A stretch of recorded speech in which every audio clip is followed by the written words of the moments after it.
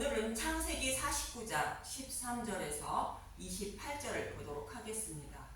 요셉의 축복.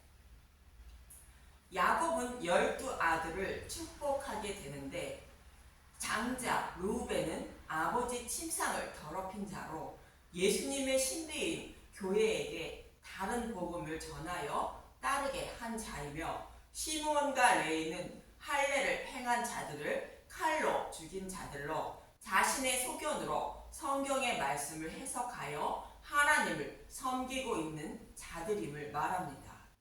이들 모두 복음을 알지 못하고 다른 복음으로 하나님을 섬기며 따르던 자들을 곧 말합니다.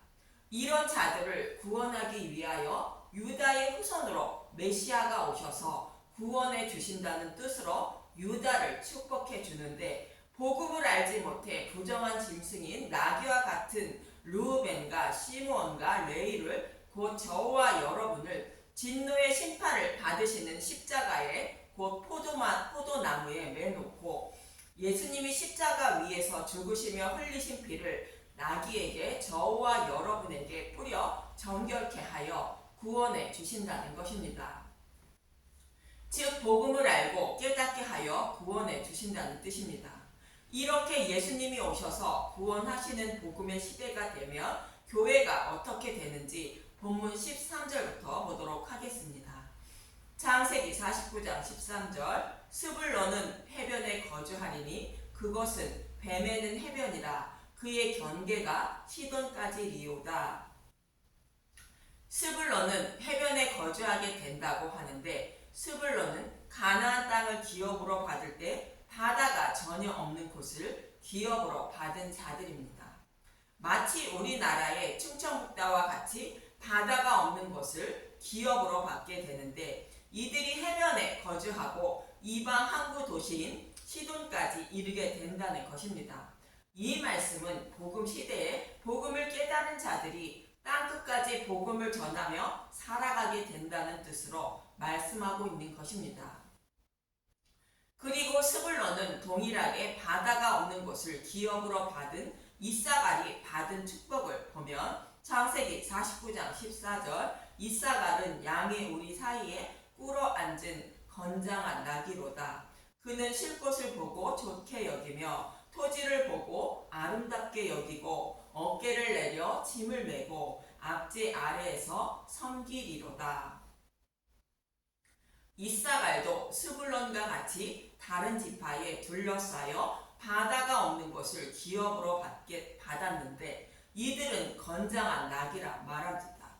그리고 그의 어깨를 내려 짐을 메고 앞제 아래에서 섬긴다고 말하는데, 이는 종의 모습을 말합니다. 이 모습은 복음을 알고 깨달은 교회가 교회의 왕이신 예수님을 섬기는 모습을 말하며 이웃을 사랑하며 곧 섬기며 살아가는 모습을 그리고 있는 것입니다.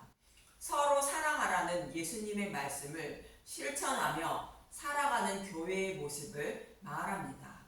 그런데 이러한 교회와 다르게 복음으로 하나님을 섬기지 못하는 자들도 있다고 이어지는 단의 축복의 말씀을 통하여 말합니다.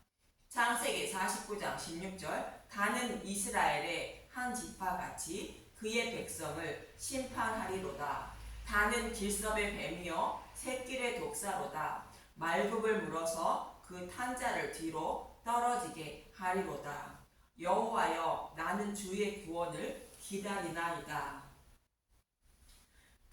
단도 다른 지파 못지않게 열심으로 하나님을 섬기려 한다는 것입니다. 그러나 뱀이 아담과 하와를 유혹하여 타락하게 한 것처럼 단은 다른 복음으로 하나님 백성을 다스리게 된다는 것입니다. 그래서 야곱은 단도 구원해 주시길 바란다고 기도하고 있는 것입니다. 사사기에 보면 단 지파는 미가의 집에 제사장으로 있던 레위인을 데리고 가서 평안히 사는 자들을 습격하여 다 죽이고 자신들이 거기에서 살게 되는데, 사사기 18장 27절에서 30절을 보도록 하겠습니다. 사사기 18장 27절. 단 자손이 미가가 만든 것과 그 제사장을 취하여 라이스에 이르러 한가하고 걱정 없이 사는 백성을 만나 칼날로 그들을 치며 그 성읍을 불사르되 그들을 구원할 자가 없었으니 그 성읍이 베드르호 가까운 골짜기에 있어서 시돈과 거리가 멀고 상종하는 사람도 없음이었더라. 단 자손이 성읍을 세우고 거기 거주하면서 이스라엘에게서 태어난 그들의 조상 단의 이름을 따라 그 성읍을 단이라 하니라. 그 성읍의 본 이름은 라이스였더라. 단 자손이 자기들을 위하여 그 새긴 신상을 세웠고 모세의 손자요 게르솜의 아들인 요나단과 그의 자손은 단 지파의 제사장이 되어 그 땅 백성이 사로잡히는 날까지 이르렀더라. 단 자손은 자신들이 받은 기업을 버리고 떠난 가수로 하나님이 주신 복음을 버리고 떠나 하나님을 우상처럼 섬겼음을 말하는 것인데, 단 자손은 한가하고 걱정 없이 사는 백성을 칼날로 죽인 것으로 복음을 깨닫고 천국을 소망하며 살아가는 자들을 다른 복음이라는 칼날로 죽인 것을 모용합니다. 이 시대에도 예수님이 십자가를 통하여 주신 복음을 버리고 성경 말씀을 자신의 소견으로 해석한 다른 복음을 전하여 많은 사람을 지옥불로 끌고 가는 사람들이 있는데, 이들이 단과 같은 사람들인 것입니다.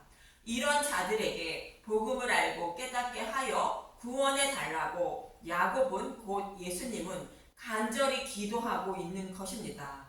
이어지는 본문 19절을 보도록 하겠습니다. 창세기 49장 19절 갓은 군대의 추격을 받으나 도리어 그 뒤를 추격하리로다.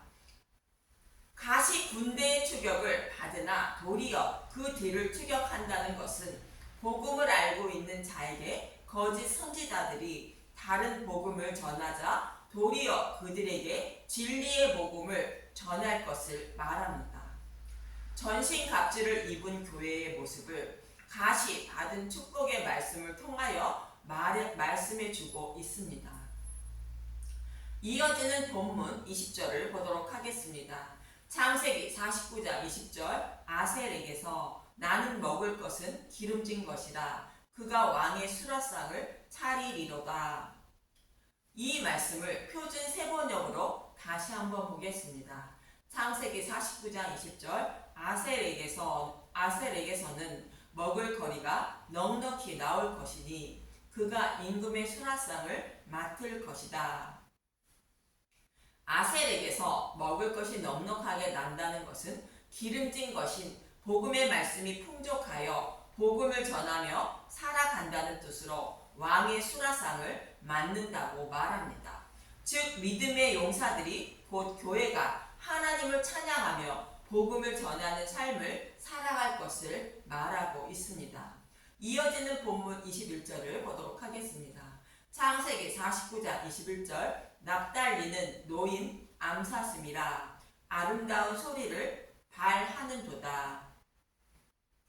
여기서 납달리는 암사슴이며 아름다운 소리를 낸다는 것은 복음의 소리를 내어 많은 백성을 구원한다는 뜻입니다. 실제로 예수님이 사역하신 곳은 스불론과 납달리로 예수님의 복음의 소리를 내어 많은 백성을 구원하신 곳입니다. 이사야 9장 1절에서 2절을 보도록 하겠습니다. 이사야 9장 1절 평강의 왕 전에 고통받던 자들에게서는 흑암이 없으리로다. 옛적에는 여호와께서 스불론 땅과 납달리 땅이 멸시를 당하게 하셨더니 후에는 해변길과 요단 저쪽 이방의 갈릴리를 영화롭게 하셨느니라. 흑암에 행하던 백성이 큰 빛을 보고 사망의 그늘질 땅에 거주하던 자에게 빛이 비치도다. 흑암이 행하던 곳인 스불론과 납달리는 유대인들로부터 이방인 취급을 받으며 살았고 수많은 전쟁으로 고통을 받던 곳인데, 그곳에 예수님이 찾아오셔서 복음을 전파하실 것임을 말합니다. 납달리는 예수님이 주로 사역하시던 곳인데 예수님이 아름다운 소리인 복음의 소리를 내어 많은 백성을 구원하신 곳입니다. 이어지는 22절은 요셉을 축복하게 됩니다. 창세기 49장 22절 요셉은 무성한 가지 곧 샘 곁에 무성한 가지라 그 가지가 담을 넘었도다. 활 쏘는 자가 그를 학대하며 적개심을 가지고 그를 쏘았으나 요셉의 활은 도리어 굳세며 그의 팔은 힘이 있으니 이는 야곱의 전능자 이스라엘의 반석인 목자의 손을 힘입음이라. 내 아버지의 하나님께로 말미암나니 그가 너를 도우실 것이요 전능자로 말미암나니 그가 내게 복을 주실 것이라. 위로 하늘의 복과 아래로 깊은 샘의 복과 젖먹이는 복과 태의 복이리로다. 내 아버지의 축복이 내 선조의 축복보다 나아서 영원한 산이 한없음 같이 이 축복이 요셉의 머리로 돌아오며 그 형제 중 태어난 자의 정수리로 돌아오리로다. 요셉은 예수님이 오시기 전까지 영적인 장자로 많은 축복을 받은 자입니다. 그래서 요셉의 두 아들 에브라임과 므낫세는 다른 지파보다 후손들이 번성했고 가나안 땅을 기업으로 받을 때는 다른 지파보다 넓은 땅을 기업으로 받았던 것입니다. 그러나 요셉의 무성한 가지가 담을 넘었다는 것으로 훗날 유다라는 담을 넘어 여로보암은 북이스라엘을 세우게 되고 하나님을 대적하는 자가 된 것입니다. 이어지는 본문 27절을 보도록 하겠습니다. 창세기 49장 27절 베냐민은 물어뜯는 일이라. 아침에는 빼앗은 것을 먹고 저녁에는 움킨 것을 나누리로다. 베냐민은 아침에는 빼앗은 것을 먹고 저녁에는 움킨 것을 나눈다는 것입니다. 빼앗고 움킨 것은 예수님이 십자가에서 사탄의 머리를 밟은 전리품인 복음의 말씀을 말하고 있습니다. 베냐민은 전리품인 복음의 말씀을 나누어 먹던 자들이 된다는 것인데 이들은 복음을 떠나지 않는다는 뜻입니다. 실제로 베냐민은 성전이 세워질 곳인 예루살렘 땅을 유다와 나누어 기업으로 받고 솔로몬 이후 이스라엘이 두 나라로 갈라질 때는 유다에 남아있던 지파로 예수님을 버리지 않는 지파인 것입니다. 그래서 아침과 저녁으로 전리품을 나눈다는 것으로 예수님이 십자가에서 승리한 전리품인 복음의 말씀을 나누어 먹으며 복음을 떠나지 않는 자들이 된다는 것입니다. 이처럼 베냐민은 예수님을 상징하는 유다를 떠나지 않는 자들이 되는데 사도 바울은 자신이 여호와를 배반하지 않은 베냐민 지파임을 자랑했던 것입니다. 빌립보서 3장 4절 그러나 나도 육체를 신뢰할 만하며 만일 누구든지 다른 이가 육체를 신뢰할 것인 줄로 생각하면 나는 더욱 그러하리니 나는 8일 만에 할례를 받고 이스라엘 족속이요 베냐민 지파요 히브리인 중에 히브리인이요 율법으로는 바리새인이요 열심으로는 교회를 박해하고 율법의 의로는 흠이 없는 자라. 사도 바울은 자신이 속해 있는 지파가 다른 10지파처럼 여호와 하나님을 배반하고 떠나지 않았다는 것을 당당하게 말하고 있는 것입니다. 이처럼 베냐민 지파는 십자가에서 승리한 전리품을 나누어 먹으며 복음을 떠나지 않는 자들이 된다고 말씀하고 있는 것입니다. 이렇게 야곱이 12지파를 축복하는 말씀은 다른 복음으로 하나님을 섬기고 있는 자들을 곧 저와 여러분을 구원하시기 위하여 유다 지파를 통하여 약속하신 메시아가 오실 것을 말하며 약속하신 메시아가 오심으로 교회가 복음으로 하나님을 찬양하며 살아가는 자들이 될 것임을 말씀하고 있는 것입니다. 이 축복의 말씀대로 유다의 후손으로 약속하신 메시아가 오셔서 우리의 모든 죄를 십자가를 통하여 대속해 주셨습니다. 그리고 저와 여러분이 십자가에서 승리한 전리품인 복음의 말씀을 나누어 먹고 하나님을 찬양하며 살아가는 자들이 된 것입니다. 그리고 야곱이 달려갈 길을 마치고 하나님 품에 안긴 것처럼 저와 여러분도 달려갈 길을 다 마치고 하나님 아버지 품에 안기는 날이 오게 되는 것입니다. 그날을 소망하며 주님의 은혜와 사랑을 알아가는 저와 여러분이 되시길 간절히 기도하며 소망합니다. 감사합니다.